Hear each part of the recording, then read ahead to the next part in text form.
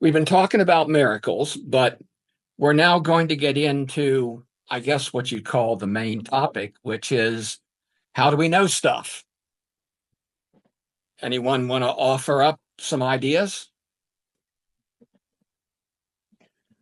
Our senses, that's how some people would think, hey, we know it by sight, hearing, touching, tasting. Very good. That's Okay. just the basics, the here and now. Is there any other way to know stuff? Yeah, from what you've been told. What you've been taught? Yeah. What about the person that comes up and says, well, I had a near death experience and I now know this, this, and this? Where do we put that in the scheme of things? We're leading towards dualism here with the material world and the spiritual world. And Well, I'm going to start out because I think I have to just to bring these things in. We're going to be talking about two ways of knowing things. One is the Western way, which is basically called dualism, and the other one is the Eastern way, which is non-dualism.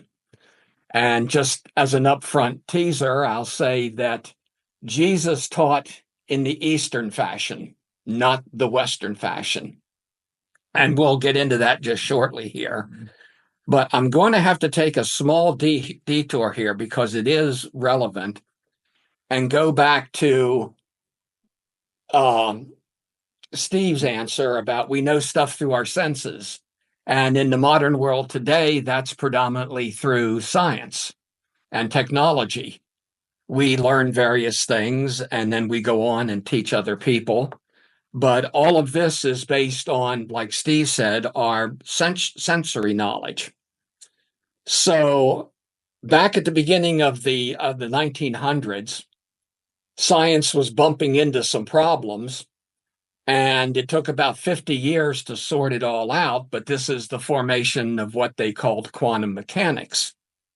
And the reason why I bring it up, we're not going to get into any detail, but they ran into some difficulties in terms of the math all worked out, and the math was very accurate. And to this day, the math is still very accurate in predicting things, but it left a lot of paradoxes that people couldn't explain. Things seem to be both a particle and a wave, which are mutually exclusive. It's like a square circle. It's a logical inconsistency. A particle has a locality, a wave is totally spread out. So they ran into that. And they also ran into the fact that they couldn't measure things accurately. The Heisenberg uncertainty principle says you can't measure the momentum of an object and its position at the same time. You can only know one accurately, and the other one is vague. And that seemed to be a primary problem for people, because how can you not be able to measure something accurately? And how can something exist in two contradictory formats? And this caused almost all of the early quantum pioneers to be mystics. They adopted the Eastern way of looking at things because it seemed to explain and make things a little bit more, I guess, rational. Now, they were very adamant about the fact that that quantum mechanics did not prove mysticism. In other words, you couldn't infer from quantum mechanics why mysticism existed. What they said was mysticism seems to account for the way the world looks when you look at quantum mechanics. So all of them, including Einstein, Heisenberg, Schrodinger, all of them wrote articles on mysticism. And Schrodinger in particular was seemed to be a little bit ahead of the game. And just Schrodinger was an interesting character. He was not only brilliant, he was a bit of a womanizer. He he was having trouble working out his wave equation. So he decided that he'd go to Switzerland, and he took his mistress with him for about 6 months.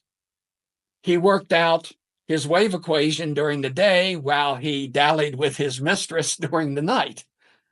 And apparently it was okay with his wife, but he credits his mistress being there as being inspiration for coming up with the solution to the wave equation. So nothing significant, just an interesting highlight. Understanding how women think and knowing how the universe works, they're both are like, pretty hard to come up with a conclusion. They're both mysteries. So you might want to say, if you read their articles and everything, that that physics and mysticism were looking for answers to the same problem the same way, but it turns out it's not. Science is based on a dualistic worldview. By that, I mean, if you look at Western philosophy, especially Greek philosophy, you're looking at the difference between good and evil. You're looking at the truth versus falsity, good versus evil. More importantly, you're looking at the most important duality, which is subject versus object. In other words, when I look at something or make a measurement, that is an object. It's not me. I'm the subject, and that's an object that I'm looking at. And this means that that is not me and is totally separated from me. Well, when you get to the world of quantum mechanics, that causes all sorts of problems. It turns out that in the long run, they've all worked it out now with something called quantum field theory, which basically says that objects are not they're not the primary source of what is. Fields are the source of what is. The gravity field, the electromagnetic field, these are primary, and these things that we look at in the world around us are secondary implications of the field. When you look at it that way, all the paradoxes go away. But what I want to get across here is, even the scientists, to get to the bottom of the way the world really is, had to give up something. They had to give up their dualistic worldview of subject and object. In other words, this is a secondary phenomenon of what's actually real. And that makes everything work out, but what does it say about the world that we live in? Let me just get to... And this was, we don't appreciate it unless you're a scientist, but this was a catastrophic change in how you view the world. And even to this day, there are people that don't buy into what quantum field theory means in terms of matter is secondary and fields are primary. And the reason is because I can touch all this. I can get a firsthand experience of it, where with fields, you can't really do that. So I tend to say fields are kind of have a spiritual aspect to them. You know they're there and everything, but they're not quite the same as what we experience in the real world. And there are two central things that are important here in terms of why dualism doesn't work. The first is Heisenberg's uncertainty principle that says I can't measure position and momentum at the same time. And the other one is a mathematician by the name of Gödel worked out what is now known as the incompleteness theorem, which basically says that when you're doing logic, you can't conclusively prove all of the premises of it.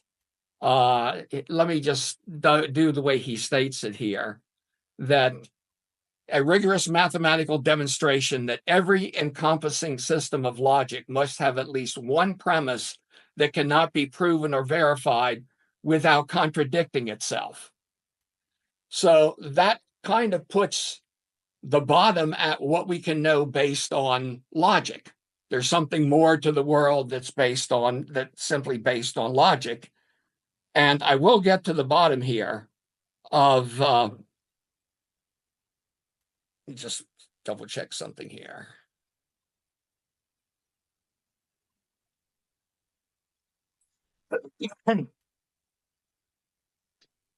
You having any thoughts, Don, or are you still asleep?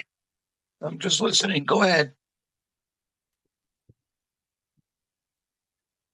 There's just too much here. Well, I'm kind of sneaking up on this in terms of are religious experiences valid? Are they just as valid as my coffee cup sitting over here? Science and the Western worldview tends to say if you can't make a measurement on something, it either doesn't exist or it's not worth knowing about, which is why in quantum mechanics, before they come up with quantum field theory, a man by the name of Niels Bohr came out with what he called the Copenhagen interpretation, which is just do the math and don't pay attention to what it means. Because what it means brings up all sorts of paradoxes. So just do the math works out, and don't think about the rest. Which, if you're a scientist interested in getting to the bottom of the way the world works, that doesn't do much for you. There has to be, if we're working with something, there should be a way to go in and look at everything that what the math is saying. So where we're at here is, you ever heard the phrase that the map is not the territory? Only after reading it this morning. If you're in your car, I understand what it means, yeah. If you're in your car and you have your lovely GPS system sitting there in front of you, and it's showing you where you are at, you have a little arrow that's traveling down the road or whatever, and that's showing you where you are at. If you look out the window of the car, does it look like the map? No, not at all.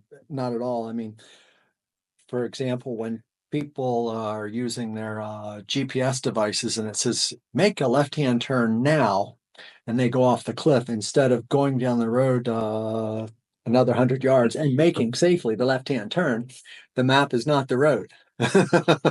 If you go back to the days of the paper maps, I remember Deborah and I going through some various cities or something, and Deborah's looking at the paper map, and I'm looking at the road. And if you've ever done that, it's like the two don't link up. Yeah. It's like I'm seeing a big, tall building in front of me with a road by it. Is that where I turn? And she's looking at the map, and it's like there's no building on the map. So you get lost because the map is literally a symbolic representation of the territory, yet it is not the territory itself. If you try to compare the two, there's a correlation, but it's not the same thing. You're not experiencing the same thing. And that's a bit what happens if you look at symbolic relationship. Mathematics is an abstract symbolism. It's not the real world. There are any number of things we use as symbols. All language is a symbol. We agree on what certain terms mean, but it's symbolic of, I see a cup. Well, okay, and we can all agree that there's a cup sitting here. But the symbology for what a cup is or anything is a symbol, and it's a symbol based on something. So what happens, and what happened in the early quantum mechanical days, is you were looking at a map of a map of a map, and you weren't getting to the territory. You were only seeing symbolic abstract maps of everything. So this is the real problem we run into. And in religion, we run into it with language, in terms of religious language. If If I say the word sky, you connotate something, but it doesn't say anything about the sky is blue. In other words, it's a word that says the direct something you relate to sky, but the word sky isn't blue. Water will not quench your thirst. It's a symbolism of what water is, yet it's not the same thing as what's in the real world. The same thing is I say if I say steak. You know what I'm talking about, but the word steak will not do anything for your appetite. And this comes into play in religion. Someone has a religious experience. Let's say they see Jesus, or they have a near-death experience where they feel they've gone to heaven and people have told them things.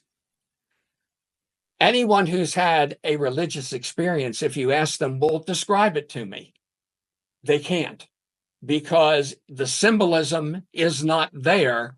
It's like trying to describe water without using the word water.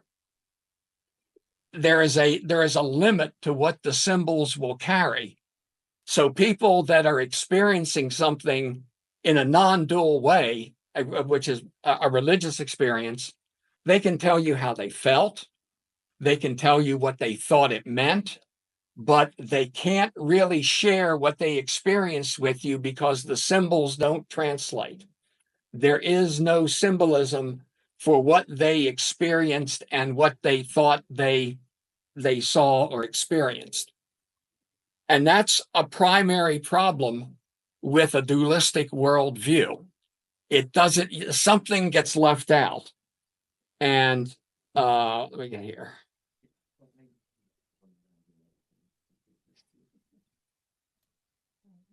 Let me get to.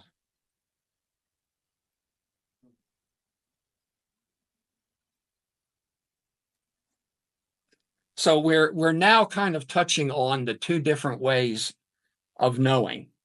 Let me see. I want to make sure I don't. Okay. The way we're used to thinking about it, subject versus object, that type of relationship, that's one way of knowing, but it's symbolic. It's a map.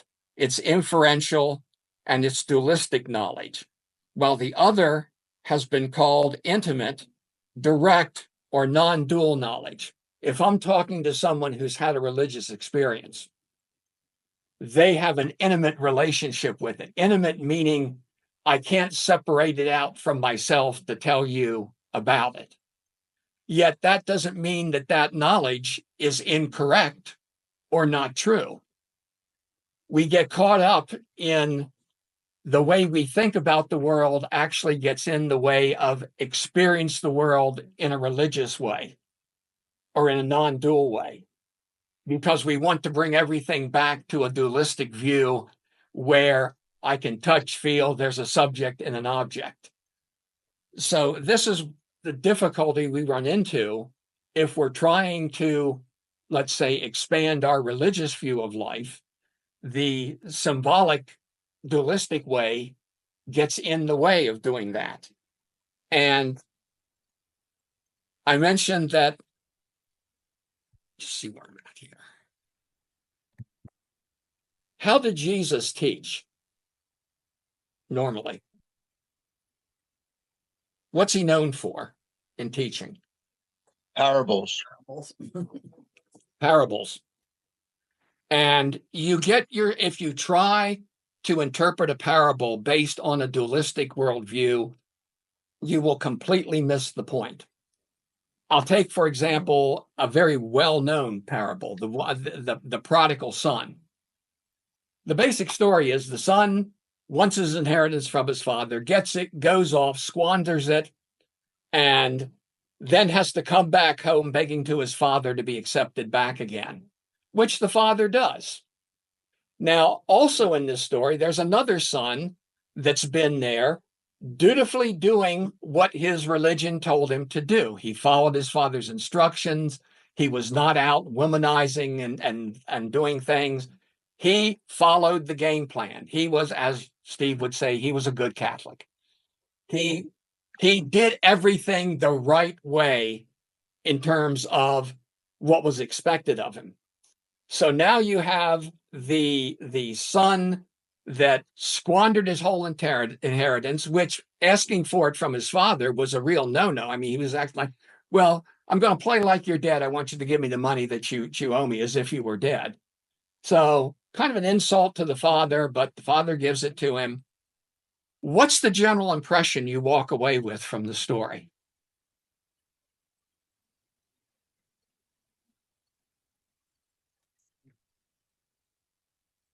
Really, selfishness of the son. Hey, I want it up front. You're going to die anyway. Reality is you're going to die anyway. You might as well give me the money now as opposed to making me wait till later. Just rather than I want to experience life with you. It's real. I mean, it's forgiveness for the father. Like the father takes him back and welcomes him home. And would we all do that? I don't know. And the other one, On the surface, there's an unfairness that that gets left out. That's the difficult part of it. Has to do with the fact that the other son does have a good gripe. There's a part of us that understand. I've been here all this time. No parties for me, but this kid goes off, spends all the money, carouses all over town with all the ladies and everything, has a good time, whereas I'm here working with you, being loyal back here on the farm. He comes back, and for the first time in your life, you throw a big party? What's up with that? Now, that's, I think, a little bit of the difficulty that has to be dealt with here, poses, because Jesus has a good answer to that. So supposedly, he has a deep, let us call it, answer to that, because that's the obvious response that the lower self, we all have that lower self, but our lower self wants to make. Am I right about that? Yeah. And you kind of filled in the edges. Think of the words we're using here: forgiveness, fairness, not something you can reach out and touch. There's not a good mapping to that. It's a feeling. And if you just follow the words of the story, it's a nice story, but you completely miss the point. The point of the story is the overall feeling you get of what's going on. The one son lived life according to the dualistic approach and logic, laws and the norms of society, while the other son went out and learned life's lessons through reality. He was no longer on the map. He went out and he experienced everything spiritually and physically. So, he learned a more valuable lesson than the one that just lived life according to the map. And this is the nature of parables. Parables certainly weren't unique to Jesus. Parables were a way of teaching, I guess, things you would call values, morals. And the reason is the parable, is it relevant that the story's true, that it actually happened? No. No. The truth or falsity of the story is totally irrelevant. Now, if you were looking at it analytically, you'd look at, what was the basis of the story? Was it true or not? Would certainly be important. There would be people that say, well, if it's not true, if it never happened, then it's irrelevant. Kind of like the scientists saying, if I can't measure it, then it doesn't exist or it's not important. Because the dualistic way of looking at these things, putting everything as subject and object, or you could redefine this also as fundamentalism, looking at something specifically for what the story says rather than the meaning that you get from the story. And the problem is you can't put the meaning really into words. We do have some words like selfishness and other things, but the story puts it into context. If I just say someone is selfish, that doesn't tell you much other than, they like to grab things and hoard them for themselves. But Jesus's story here is the fact that there are two brothers in the story. And unfortunately, for most Christians, they only read the first part of the story. For some people, it's just the first son that's even relevant, and they don't even get to the second son, which sets up the fact that I did everything right, and yet you went and threw the big party for the guy that was undeserving of it. There's just so many things in this story that you can't really, you can use some words, but it's the feeling that it leaves you with that is important. And that the feeling that it leaves you with is basically out of the non-dual world, the intimate relationship with you of it. You don't separate yourself from the story, you become the story. So Jesus said several things that I'll use as example that, just get a second here. That Jesus's worldview was non-dual. In Matthew and Luke, in particular, Matthew chapter 23, verses 25 and 26, woe unto you, scribes and Pharisees, for ye make clean the outside of the cup and of the platter, but within they are full of extortion and excess. Thou blind Pharisees, cleanse first that is within the cup and platter, that the outside of them may be clean also. That's a bit long and abstract. It's reformulated in the Gospel of Thomas, which is probably an earlier version of the story, where Jesus says, "Why are you washing the inside of the cup? Don't you think that the one who made the inside is the very same one who made the outside?" That is a non-dual way of looking at something. There is no inside or outside. The concept of inside and outside are dualistic opposites of each other, more or less. And what Jesus is saying here is there is no opposite here. The inside is the same as the outside.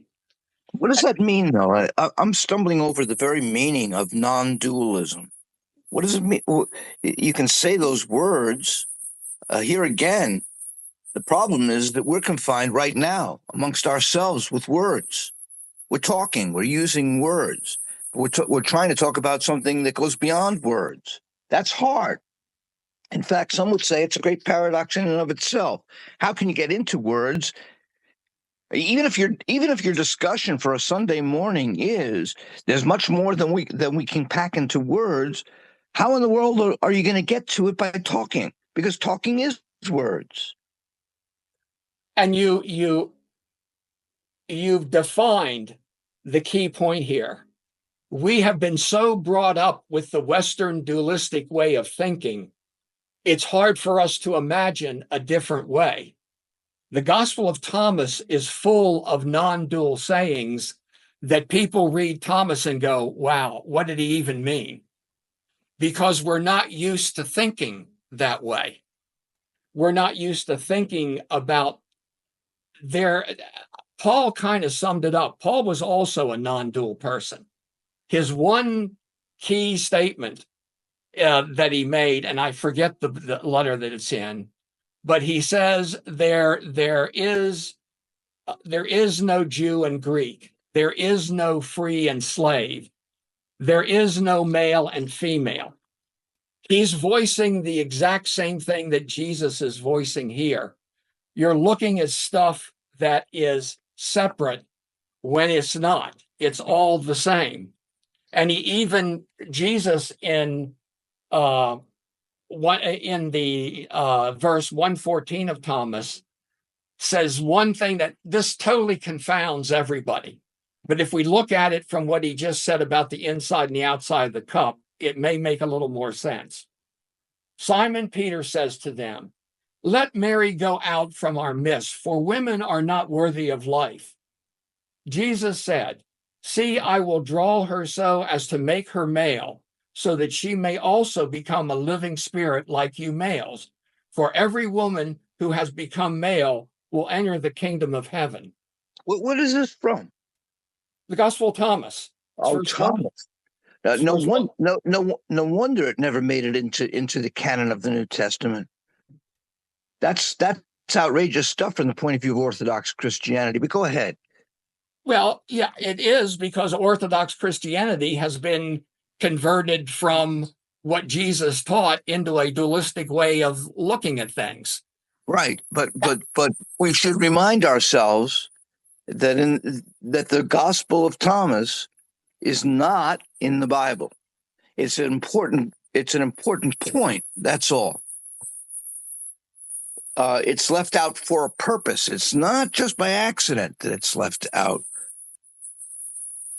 because there are certain things in it that you're trying to say that I think have to do with the very formation of the canon, and that to get to the truth of things, you have to go beneath the canon of the Bible, and you have to look at other literature besides what's in the Bible. But is this Right. any different than Paul saying there is no male and female? That's in the Bible. Well, read it. You'd have to read it again. I thought you were reading it that you were trying in a certain sense. See, all right, let me answer your question simply. Maybe I'm naive. When it comes to the Paul passage, there is no male and female. He also says there is no free man versus slave. He Correct. means that those distinctions, he means those distinctions don't apply in this context. He doesn't mean there is no male and female. He doesn't mean that the distinction disappears. He means that the distinction is not relevant to what's going on here. That what we talk this way all the time, that when it comes to being an American, it doesn't matter whether you're black or white or Jew or Christian. All that stuff goes out the window. That's familiar rhetoric. That's all I kind of took Paul to be saying. Whereas I got something much more actually mystical from what you were reading out of Thomas. Maybe I'm wrong about that. But you tell me. Well, the phraseology in Thomas is, depending on how you look at when it may have been written or everything, might be more basic than what made it into the synoptic gospels. But it may be, and we can agree that we don't know, but that Thomas goes back a good long way and may even be of equal status in terms of how far back it goes with the documents that did make it into the New Testament. It's an old document. Some of it seems to be older. But as you know, it's long, and there are parts of it that seem to be older than other parts of it. So you have to go into all that. So the reason why I started out with the one above it of the Pharisees and the inside and the outside of the plate was to show you the same concept is there that's in Thomas as well. It's just phrased differently to bring out its non-dual nature. Now, the statement from Paul that there is no Jew or Greek or male or female or slave or free, many Christian scholars that I've been looking at Paul, saying Paul maybe didn't originate that phrase, that phrase may have been an early creedal structure of early Christianity. And that's right. Yeah.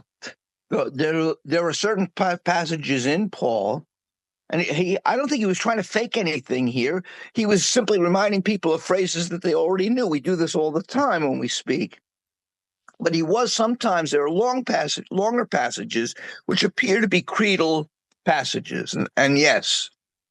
Well, I'm not really concerned about whether it was creedal or not. What I liked in the reading you gave us, Jeff, is it's explain things as a one-dimensional object. When you're looking at them just in one dimension and you think certain things are important, when it changes to a three-dimensional object, you realize the things that you thought were important in one-dimensional objects are no longer important. There's a lot more to see. Yes. And you don't even see what you thought was important any longer in the one-dimensional object because you see the whole picture. May I confront you also? Into this broth, can I throw another paradox? Sure. Okay. All right. Don't confuse the map with the territory. What is that? I maintain it's just another map. Problem. I'll say it again. Don't confuse the map with the territory is itself just a map. It doesn't get you to the territory. It's just another formulation in words. Map and territory are both words. And your whole analogy about map and territory had to do with mapping words onto world. And we still have the problem.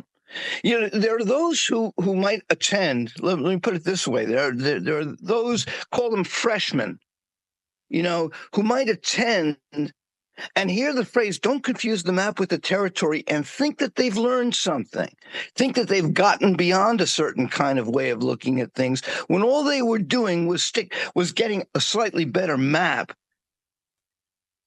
Now, how do you get to the territory? Professor, I think it's the difference between the map and reality is you've actually put your feet on the turf or the ground and you've walked that ground. So somebody with an outer body experience has actually had that outer body experience where somebody that hasn't can't tell you about that because they've never actually per se put their feet on the ground and walk that ground and know the hills and the valleys. You know, the only way to actually know reality is to walk it. All right, apropos, here's another thing. I just want to throw it out.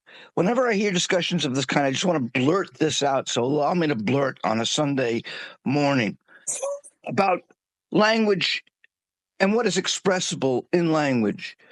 Occasionally it occurs to me that not, if you'll pardon my French, not a goddamn thing is expressible in language. I happen to like pickled herring. It's one of my favorite examples. How in the world could I ever convey to another the taste of pickled herring? How could I ever get into words? What kind of words? And by the way, it's comical to see the wine tasters who develop a very articulate, it's oaky, and they'll have all sorts of words. Maybe 40 words that these wine tasters profess to be able to use. Yeah, the same thing's true of espresso coffee. Yeah, right. And you know, we try with these words. We do it all the time. We use language to try to convey an impression that we had, and we succeed to a small extent because we trigger things in other people by doing so.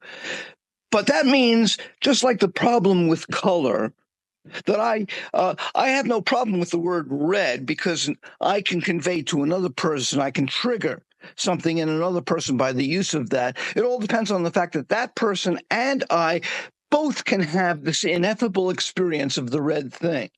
And since that's true, by the way, we get to the further paradox of the colors. I don't know that my experience of the red is the same as your experience of the red. All that matters is that we have these correlations in a common public world. And here we get to a real part of the problem. That language has to do with that public interpersonal world, not intrapersonal world, but interpersonal communication specifically. Language was invented to communicate between people about those aspects of life that can be considered common, out there for us all to talk about. But what seems to be left out is the experience of each one of us that is essential to that process, and the fact that we really can't describe in language what it's like to see a red thing. There's nothing we can do. Well, let me finish up here with, I'll leave you with a couple of thoughts from one who's becoming one of my favorite philosophers, Alfred North Whitehead. Mm-hmm. He pointed out most forcefully that the core characteristics of the symbolic form of knowing are abstraction and bifurcation, or duality.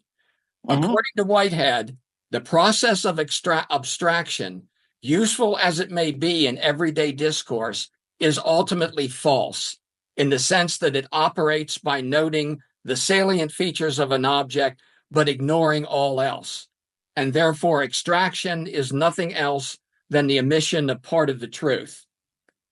Therefore, we have mistaken our abstractions for concrete realities, a Yes. mistake that White House termed the fallacy of misplaced concreteness. So I'll leave you with what you've been talking about is, what are we leaving out when we think dualistically? And we'll get a little bit more involved next week with language. All right, guys. Great. But I want to leave you with one thought. Yes. What were you thinking about when you were 3 months old and had no language and symbols? I'll tell you one answer. One thing I can tell you is that the intelligence at that age, the amount of learning going on moment to moment in a child's life at 3 months of age, at any moment. I mean, at the moment of birth, the first day, probably it declines slightly with each day. That on the first day of life, we are probably doing more learning, slightly more than on the second, and that it declines gradually over. So that the child's intelligence is constantly, yes, there's, of course, in other words, there's much that goes on pre-linguistically before we even get to language, which has to do with intelligence. I would totally agree, but the point that is being made in this is not intelligence, it's what were you thinking about? And how are you learning if you have no symbols? And the reason I use intelligence is that the word thinking imposes an adult concept onto the situation. It demands that the child be doing something exactly like what we think of as thinking. But I mean the active intelligence, which at that age of 3 months, the active intelligence is something. I don't know whether to call it thinking. What kind of processing it is. You've actually set me up great for next week. So all right. I'll leave that as a teaser for next week. Steve, all right. Thanks, guys.